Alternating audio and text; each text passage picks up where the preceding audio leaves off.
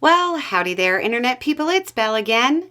So today, we're going to talk about Trump losing Republicans in Wisconsin and what it might mean. News has come out about a couple more Republican politicians choosing to publicly endorse Vice President Harris for president.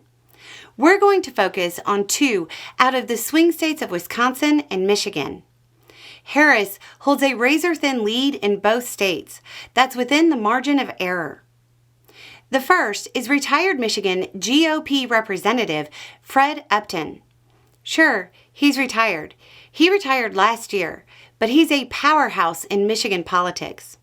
He was elected without fail every election from 1987 on. 18 consecutive election victories. His conservative credentials are impeccable. He voted with Trump's position almost 80% of the time. He voted against Trump's impeachment the first time, but voted to impeach him after the 6th. He voted to establish the January 6th Commission. As a bit of trivia, he's the only person in American history who voted to impeach two presidents, Clinton and Trump. He didn't leave the GOP. He's still endorsing the Republican candidate for Senate, even though he's friends with the Democratic candidate.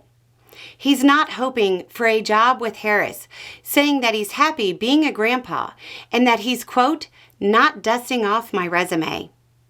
When talking about Trump, he said, quote, he's still talking about the election being stolen, trashing women left and right. He's just totally unhinged.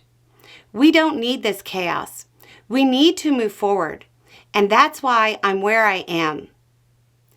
Over in Wisconsin, you have a similar scenario playing out with State Senator Robert Cowles. He's been a force in Wisconsin politics for decades.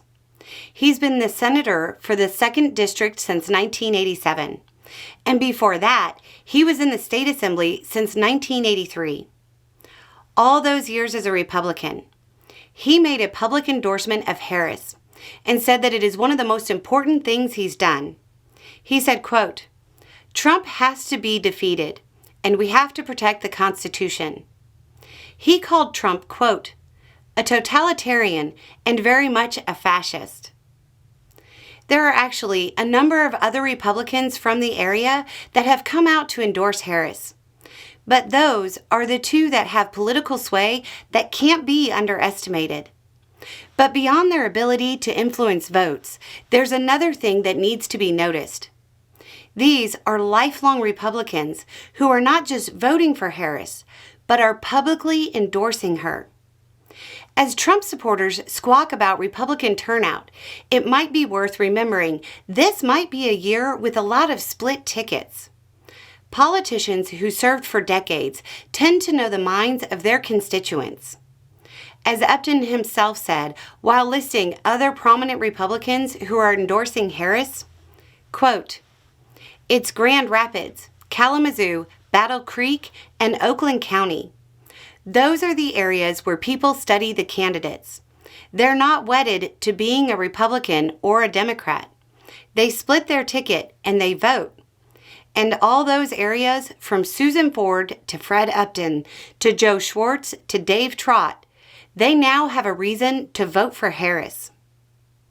There's a lot of Republicans who are out there making the case that if you want to keep a republic, Republicans can't win the presidency. Anyway, it's just a thought.